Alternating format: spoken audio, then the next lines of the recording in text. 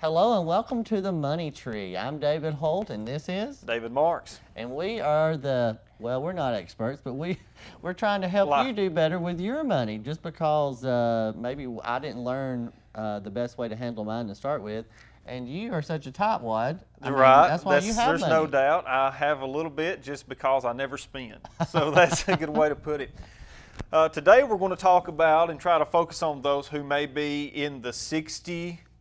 How old are you again, David? Thanks a lot. Well, you know, I do what I can. 55, and I hope someday to be 60-ish. 60-ish, okay. Yes, We're going to talk to those today who are looking at what they may do after they're 62 and above. So I have. Whoa. Can I have to wait till I'm 62 to retire? You don't have to, but if you want to have a little bit of money, then you'll probably want to.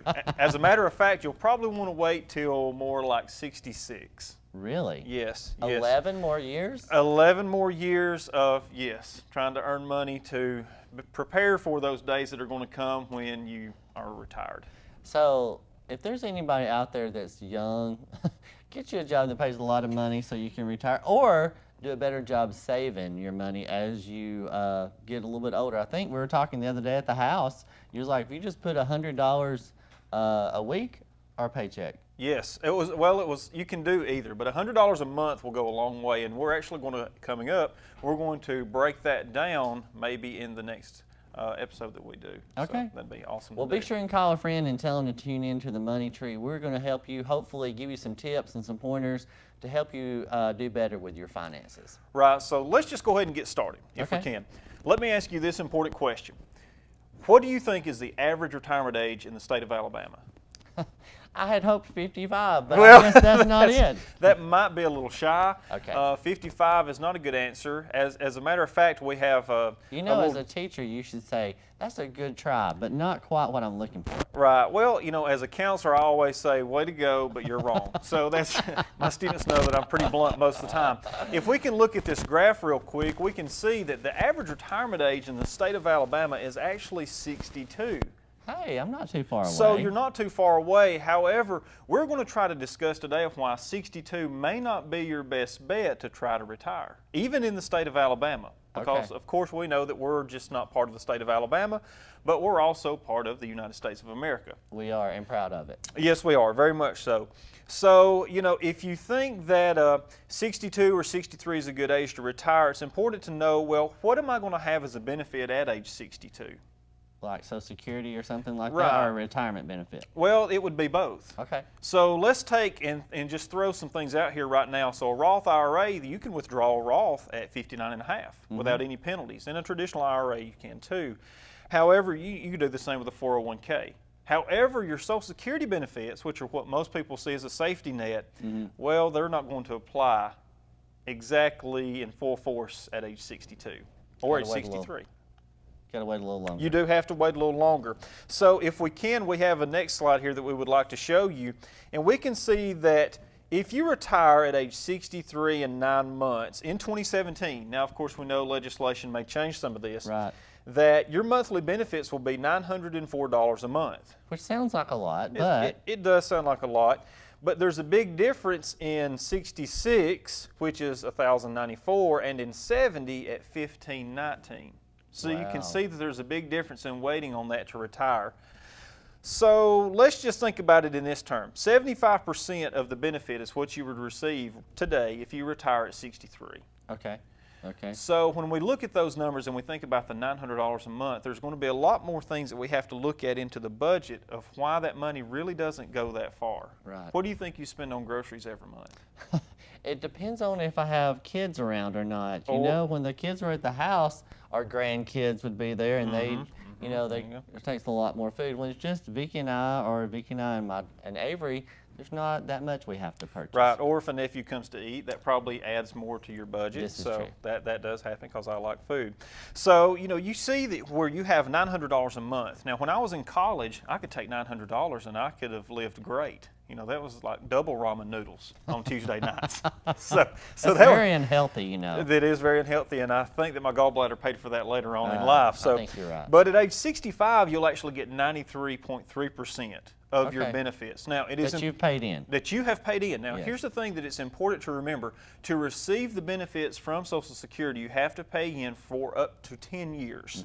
So it's not like you can go get a job at 59 and you've never worked before, and then you're like, hey, all right, I get the benefits from Benefit. Social Security. Right. Is a Social Security benefit based on what you've actually paid in, or do they hold out the same amount no matter what level of pay you've earned? There's going to be a level of pay scale that it's going to be based off of, and that's really going to apply a lot towards your medical benefits and things later on that we can see, because Okay. we do know that when you get to retirement age, or if you're in retirement age right now, we want to keep that tax bracket as low as we possibly can. And there's going to be things that we'll show you in just a few minutes that will show you how that actually impacts your life from day to day and month to month and in your budget. So let's just say someone's salary is $35,000 a year. Okay. Okay. At age 62, they're going to have that benefit that we talked about of $904 a month. Okay. And we saw where those would graduate and those would get bigger. Now let's take an example here. In the state of Alabama, we're both in education. When you retire, they give you your health insurance for free, correct? No. No, they do not. They do not. As a matter of fact, it's probably going to be about $800 a month, Which is crazy. which seems to be a lot. It seems to be a lot. So we're thinking of it in these terms, okay? If we are paying $800 a month for our health insurance, how much money do we have left over out of the $900? Only 100. Right. And that doesn't go very far toward a light bill, cable bill. Exactly. TV bill. Exactly. And although you may have your home in your possession, you've paid off your mortgage, whatever it may be, we hope you do by that time, you're still going to have the lights and the water and the food And the insurance. and insurance. So looking at that, you're not going to have a lot of a benefit to receive from Social Security if you retire at 62, because Medicare will not kick in until you're 65 and 10 months. Wow. Really, 66 is the good age to look at that. 11 years, Dave. Thanks. Yes. Well, I'm trying to save you money. I'm trying to help you out there, because, when we look at that insurance cost of $800 a month, when you would draw $900 a month compared to $1,500, that makes a really big difference. Really big difference. And you want to spoil the grandkids. That's why you want to have the money at the end of the rainbow. Sure The you golden pot at the end of the rainbow. End of the We rainbow. should have named our show that. do. That might have been good. But there would probably been leprechaun jokes. Yeah, I that's don't true. know. That's So here You we can't go. wear green because of the green screen. That's true. I learned that lesson. Thankfully, I had on a jacket last week, Yeah, so that helped. that's good. That helped. I didn't want to just be a head.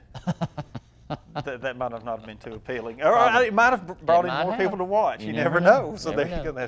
And Jinx, you owe me a Coke for that. You never know there. So let's turn. Since we've talked about the benefits that you receive from Social Security, and we know that it's best if at all possible. Now, people get sick, things happen in life that you're not planning on. That's part of it. But if you can wait till a later time, let's say that you wait till age 65 or 66, and you're not having to shell out that money for your insurance, well, there is a good break there, because once you get to age 65, you can receive a thing called Medicare. And if we can, we have a slide for Medicare, and because Medicare is not just this one lump sum product that you get that just throws everything together. Medicare actually has different parts. And don't you think that's the most confusing when people are at that age trying to decide which part to choose? So you're going to make it simple for us. We're going to try to make it simple, because we're here to help everyone out there that's listening to us or watching us, whatever it may be. So let's just take a quick look at what Medicare parts there are, okay? Medicare Part A. Now, when most people think Medicare, they think that everything's covered. I can go get my dentures and that's going to be covered, but that's not the case, and we hope that you still have your teeth at 66. I do too. I have them now. I hope they'll last a little longer. Right, well, I understand that. Well, Medicare Part A basically is your hospital insurance. Okay. Now, Just hospitalization. just hospitalization. It's not going to cover your doctor visits. So if I said, well, you're going to have free insurance from the government when you turn 65 called Medicare, you're thinking, well, if I get sick and I go see my doctor, then that's taken care of. But it's not. Yeah. So Medicare Part A is free. It's given to you and provided to you by the taxpayers through government. However, Part B, which is your health insurance, is not. Okay. So how do you think you would pay for that? If it's not free, of course, someone's paying for it, which would be you. What do you think the cost might be on that? Oh my goodness. Well, $500 maybe? Well, that might be a good estimate. And $500, if you were paying $8, like we talked about before, that would still be a good savings, right? But it's actually, on average, about $105 a month. Okay. And that's for Part B. That's for Part B. Okay. And what Part B is going to consist of is your x-rays, your mental health care, some home health visits, laboratory tests. What do we know about, people that are on up in age? They may break a bone. And so... And they're always your own, probably that time of life, your own blood pressure or something, and the doctor wants to do some blood work and those types of tests, and that would be covered under Part B. That would be covered if your doctor wants to do those tests.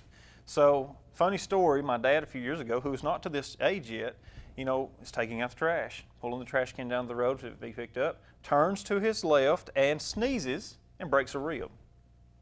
So what would you do if you're in that group and you're like, I'm going to save myself $105 a month, and you're taking your trash can to the road and you sneeze and break a rib? You break a rib. I'm sorry, that's my brother-in-law. He's a nice guy, but it is kind of funny to hear. Well, if it can happen, it will. That's kind of our family motto, because if we work, we're probably going to bleed or break something. Yeah. So that's how it goes. So if you broke that rib, you wouldn't be able to have x-rays unless you paid out of pocket. Which is expensive. Which would be very expensive, more than the $105. So let's say that you go to your doctor and you are put on blood pressure medicine, you're put on diabetes medicine, things like that. Is that cost of your medicine included in Part B? Ooh, that's a good, I would say, I don't know. Yes? No. What do you say out there? What would you think? They say no. They say no, well, they would be correct. Okay. Because there's actually Part D that covers for your medicine. And again, with Part D, there's going to be a fee charged for that. Now, Part D is going to be based off of your income. So we can't just say, all right, everyone out there 65 and older, you're going to sign up for Part A, B, and D, and we need you to send us $200 a month and you'll be covered. That's not how that works. As a matter of fact, Part D typically can be $10 a month, but it can be up to $176 a month. Oh my goodness. Isn't that crazy? You're supposed to make life easier when I get to be older. Right. Well, this is the easiest way I can make it. Now, it would be wonderful if we could just say, all right, everyone that's 65 and older, they get free insurance.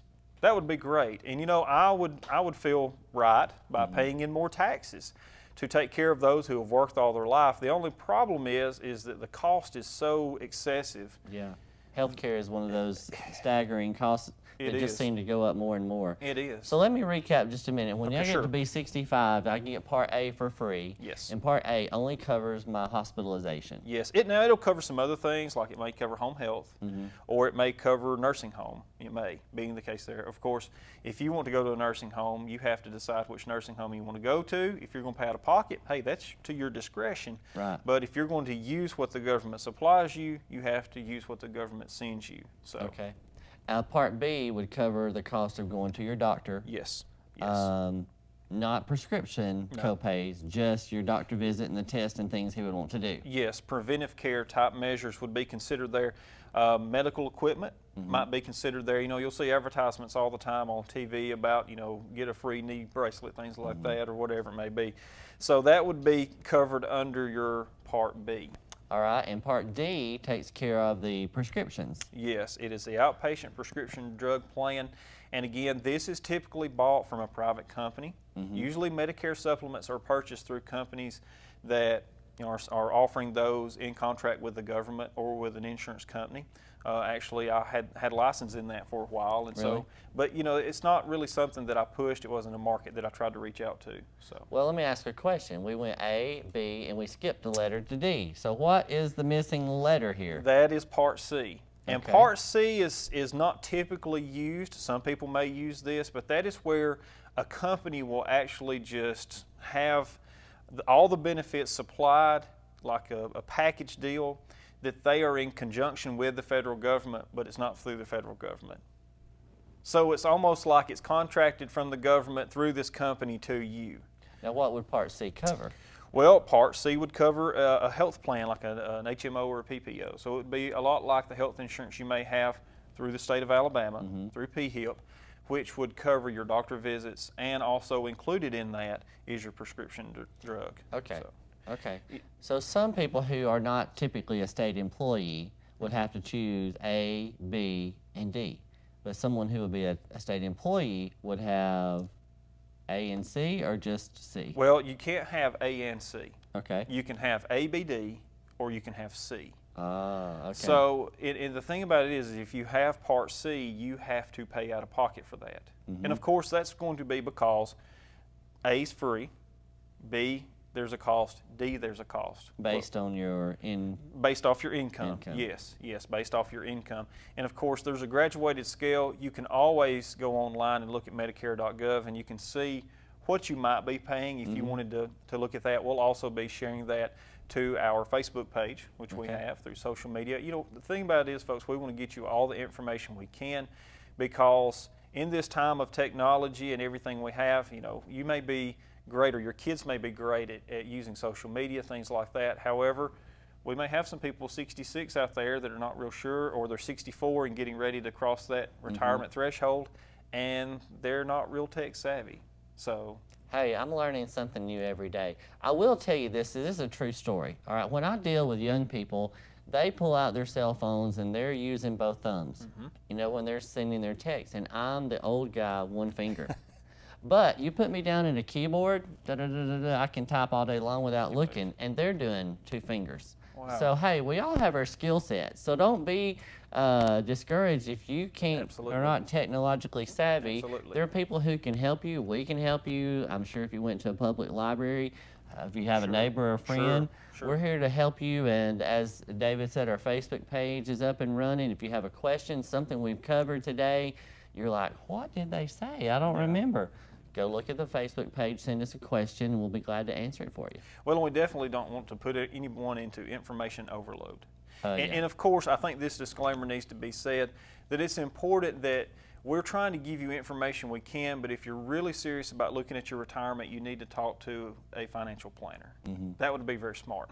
Now, there's one more thing that we can look at with the Medicare and with the retirement and everything rolled into is, what if you work, but yet you want to draw Social Security?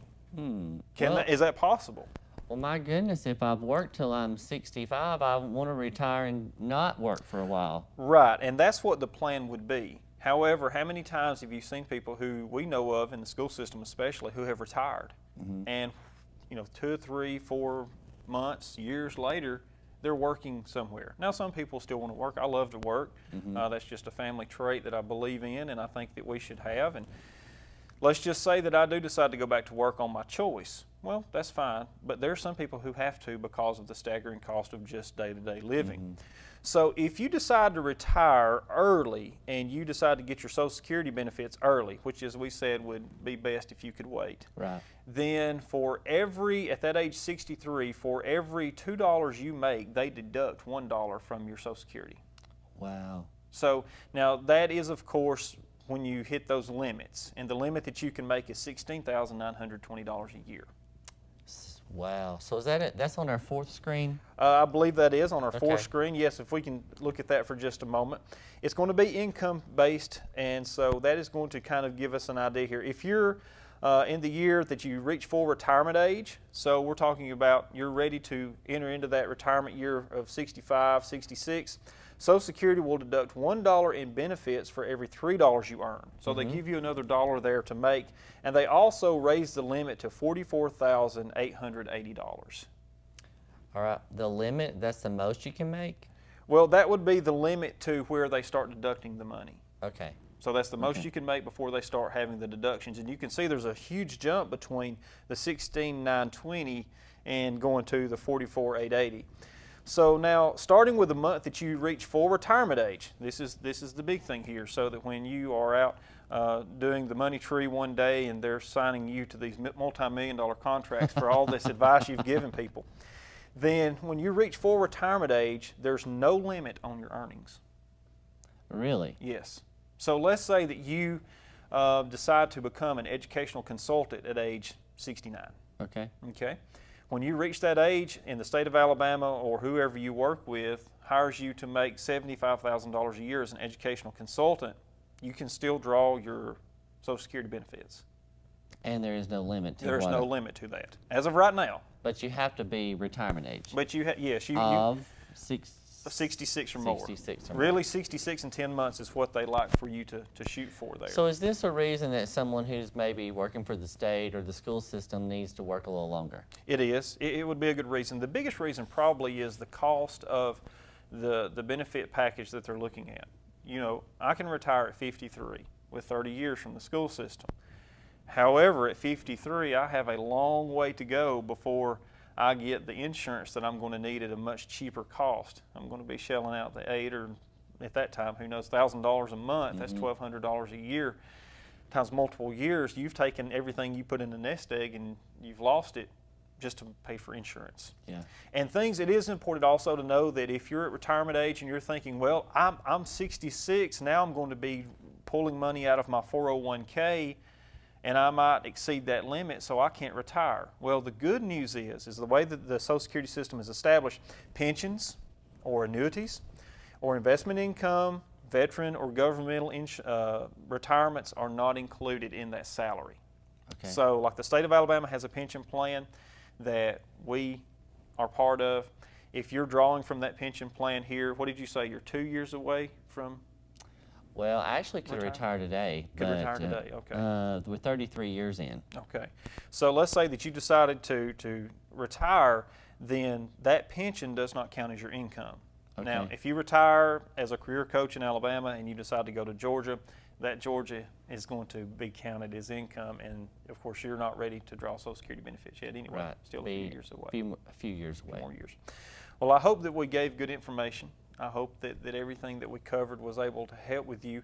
We always want you to feel free to ask questions. Now, we can be contacted via email, of course, through the website. You can also always feel free to contact us through our Facebook page. Please post, let us know questions you may have. We'll do our best to answer those questions in a timely manner, and if also here. And hopefully we can bring more ideas that you may have or questions you want to learn more about to the show. Our very first show, we had a great critic, your niece, my daughter. Yes. She was like, Dad, you focus really too much on the younger crowd. And that's one of the things, as we're talking in our show, The Money Tree, we want to appeal to a wide variety of audience people.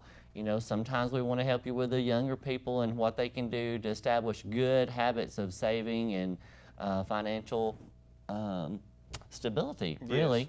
And also, those of us that are getting closer to retirement age, to the point that you want to draw Social Security and you want to be able to retire and do just something totally different, we'd like to be able to help you with those kinds of things as well. Absolutely, absolutely, because freedom is something that, of course, takes a sacrifice, whether it be, you know, our freedom that we have that our military and our soldiers provide from day to day, or whether it be your financial freedom that you have in your home. And that.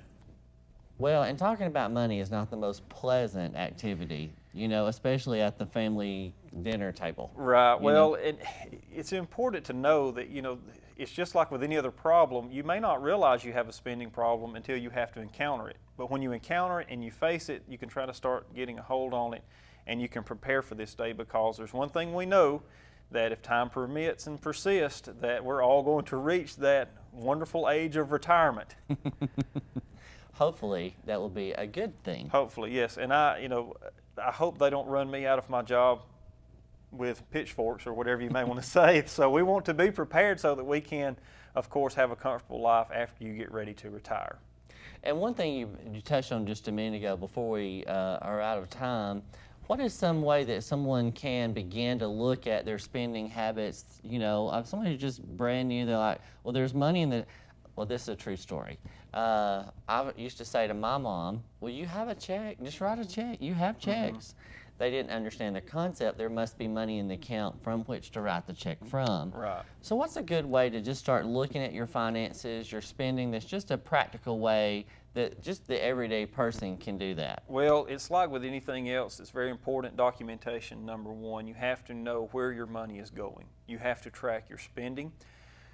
There's all kind of programs out there. Of course, if you're very tech savvy and you like to dig into things, you could use QuickBooks or something like that. Or you can just use something as simple as Microsoft Excel to create a spreadsheet, and we're going to have those actually.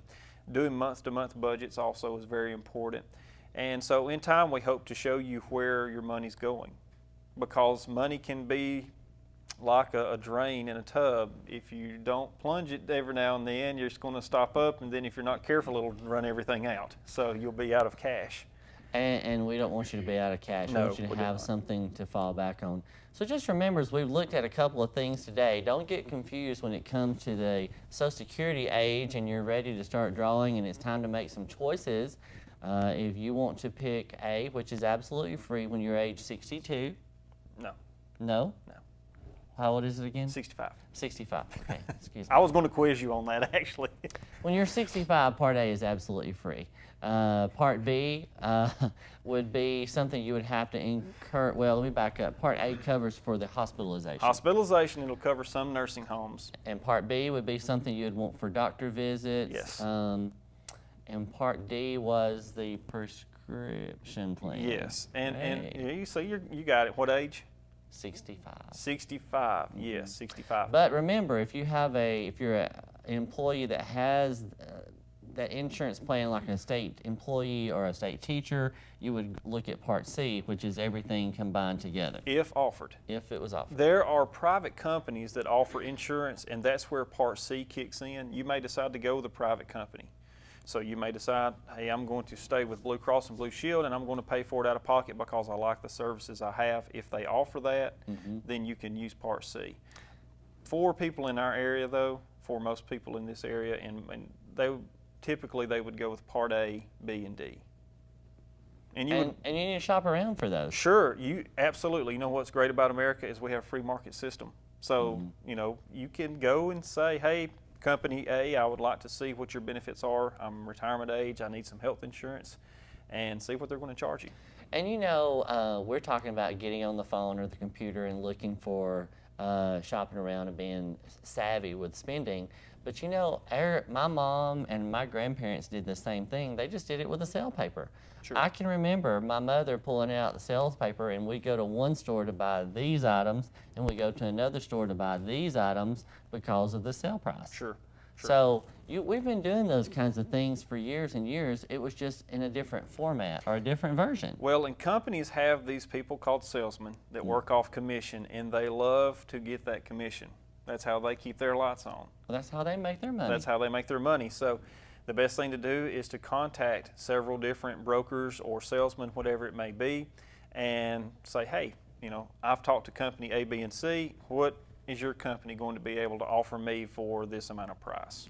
So as you're getting closer and closer to the retirement age, like myself, and you're thinking maybe 1, maybe 2 more years, he just burst the bubble. I mean, it's like if I want to be there a little longer to the point that Social Security will kick in, I've got to hang on and do my job a little bit longer, or find another job with which to stay employed. Yes. But take a wise piece of advice from my youngest son, who said, Dad, if you like what you're doing and you enjoy it, you might as well keep doing it, because Absolutely. if you're going to have to get another job and reestablish yourself somewhere else, what good is that? What benefit is that going to really be to you? Yeah, Right. you've worked hard to get to the place you are today. Why not keep doing what you love and enjoy? And that's one thing I want to encourage you about whatever age you are. Hope you find the job that you enjoy, because if you're doing something you truly love, you never work a day in your life. Absolutely. You're just getting to do what you love. I love what I do. I have an awesome place to work. I have great people that I work with, and so it's fun to work. They accept your weird personality? They love my dry humor and my quirkiness, and they accept it. I'll just say that. And I want to say we appreciate your